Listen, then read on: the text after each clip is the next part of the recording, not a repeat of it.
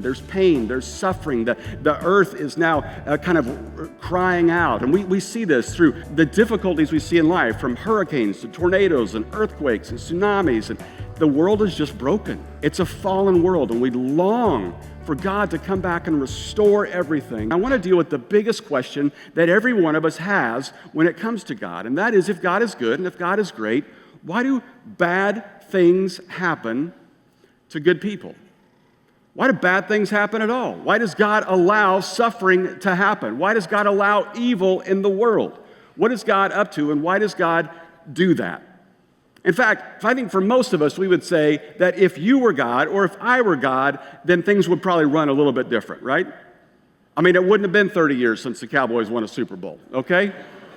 I'm sorry, is that too soon? Okay, it's been 30 years. Anyway, maybe for you, it's, you know what, if I were God, I would do things a little bit different. If I were God, we wouldn't have humidity or crickets or anything like that. If I were God, everything would work out great in the world. I heard this story. I always love this news report I heard years ago. This was about a Czechoslovakian woman by the name of Vera. And Vera had just found out that her husband had been cheating on her, and she was devastated. And she went back to their apartment, which was on the 3rd floor, and she was pacing around their apartment thinking, what am I going to do? And she came up with 2 options. I'm either going to kill him or kill myself. And so she decided to just end her own life, and she ran blindly out their 3rd-story window and fell, but only suffered some minor scrapes and bruising because she landed on her husband walking by and killed him, okay? Now, when you hear that, you're like, yeah, that's the way it should be, okay? That's what I would allow if I were God. I mean, it would rain down lightning or maybe Czechoslovakian women upon people that need to be punished, right? And you've got those kind of things in your life where you think, if I were God, you know what? Only good things would happen to good people. Bad things would not happen to them. If I were God, marriages would stay together, kids would love and respect their parents, they would all get straight A's, everybody would get into the college of their choice, there'd be no debt, everybody be happy, every raindrop would produce a flower, every couple that wants kids would have 3 at a time, it would just be wonderful, right? But that's not reality. And that's not the reality that you're living with. That's not the reality that you're dealing with. And so for many of us, we've been trying to figure out, is God really good? Now, what's interesting is when you look at the scriptures, there's this guy that we read about in the first half of the Bible, the Old Testament, which is God's covenant with ancient Israel. And we read about King David, a historical king, historical figure, lived around 900 BC. This is a guy that suffered all kinds of difficult things. This is a guy that went through all kinds of different pain, all kinds of dysfunction in his family. He had, kids killing each other and hurting each other, and he had a boss that was trying to kill him when he was anointed as king, and everything about him would have said, God, wait a second, what's the deal? Why aren't you blessing me the way I think you should? And yet, he writes this. Take a look at this passage we read last week. The Lord is compassionate and gracious, slow to anger, abounding in love. He will not always accuse, nor will he harbor his anger forever. He does not treat us as our sins deserve or repay us according to our iniquities. For as high as the heavens are above the earth, so great is his love for those who fear him. As far as the east is from the west, so far as he removed our transgressions from us. That's the kind of God that we want to know. That's the kind of God we don't leave. And that's the kind of God we're trying to discover, that we see as the God in the Bible and the God that we see in Jesus. The question is, if he's that good, why does he allow bad things to happen? So let's get one thing clear first of all. God doesn't cause bad things to happen to people. Take a look at what is said here in Lamentations chapter 3 by the prophet Jeremiah. He says, God does not willingly bring affliction or grief to the children of men. In other words, that is not his desire for your life.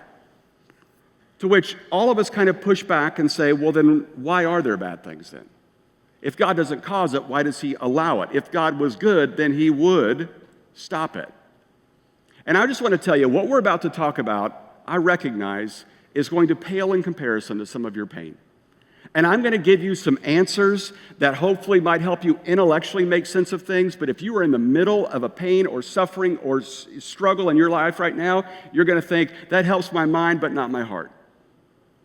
And we're going to have a time of prayer at the end of our service today. And Thursday night, lots of people came down front just to pray with somebody because you need more than answers. You need hope. You need healing. You need prayer. You need to sense God's presence because of the pain you're going through in your life right now. And I also recognize that the answers I'm able to give in just a few moments of our time together maybe aren't going to be enough. And that's why I really want to encourage you to check out Alpha tomorrow night. Alpha is just the first letter of the Greek alphabet. It simply means let's go back to the beginning. And it really gets to the heart of what it is that we wrestle with. Is there a God? What is he like? And can we trust the scriptures? And did Jesus really live? Did he really resurrect? All those kind of things over several weeks. And that starts tomorrow night. I'm going to be here. I cannot wait to experience that with you. It's going to be incredible. But here's what I want to do in our time we have together today. I want to do my best job to try to answer this question. Why is there evil and suffering in the world? Why is there pain in the world? And why do we struggle with these things and wonder, is God good? So let's just get some answers here right away. The first one is this. Some bad things are the result of our own sin. Let's be honest. If you eat nachos 3 times a day, you can't blame God for your health, okay? Just because you drink Slim Fast, it doesn't pair well, with a plate of wings and, a bucket of nachos. It's just not the same, all right? So, when we eat poorly and drink poorly and do horrible things to our body, we can't say, God, why would you allow this blood pressure? How dare you, Some of these things are our own fault. Some of these are our own sin. Because of the addictions we've got into, or the choices that we've made, or the things that we've avoided, or the things that we have dipped our toe into, and it's really just the result of our own sin. Here's the second thing. Some bad things are the result of other people's sin. If another person cheats on you, if another person is abusive, if your son or daughter makes self-destructive choices, the suffering and the pain that you feel is really their choice, their sin, their mistake. If a drunk driver hits and injures or kills someone you love, you suffer because of someone else's sin. It isn't really fair to God if I pick up a gun and shoot somebody and then say, why would God allow that to happen? Because some things are the result of other people's sin. Here's the third thing. Some bad things are the results of Satan's attacks. Now, I know that we are in, a progressive society, and there's things that we don't necessarily believe anymore, but can I tell you why I actually believe that there is a Satan? Because Jesus did.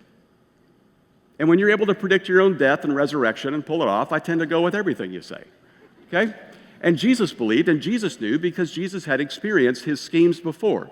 And the reality is, we live in a world where Satan roams around like a lion seeking to destroy you and me. In fact, the moment you become a Christian, you are a target. As my pastor friend Josh Howerton says, the birthmark of a Christian is a bullseye. He is looking to take you down. Now, here's the good news. Satan is not omnipresent like God, which means most of us will go our entire lives with never coming face to face with him. So when your car doesn't start, you don't have Satan to blame for that, okay? Maybe you should have had your oil changed, okay? When there's bad things that happen, it's not always Satan around every corner that's making these things happen. The reality is it might be Satan, it might be Satan's demons, or it could just be we live in a broken world, which is basically the fourth thing here. Most bad things happen because we live in a fallen world. We read in Genesis, when sin enters the world, everything breaks. Adam and Eve's relationship breaks. They begin to discover shame and guilt. They feel shame and guilt towards God. They no longer feel connected with each other. They're kicked out of Eden, and then suddenly difficult things begin to happen in them. There's pain, there's suffering. The earth is now kind of crying out. And we see this through, the difficulties we see in life, from hurricanes to tornadoes and earthquakes and tsunamis. And the world is just broken. It's a fallen world, and we long for God to come back and restore everything, but right now we live in a fallen world, and bad things happen. It's just the way things are. Jesus says that God allows the rain to fall on the good and the bad. In other words, one person can pick up a knife and cut fresh baked bread, and another person can take that same knife and take a life. Gravity can cause you and I to be able to stay anchored to the earth, and it can also cause someone to fall and break their leg.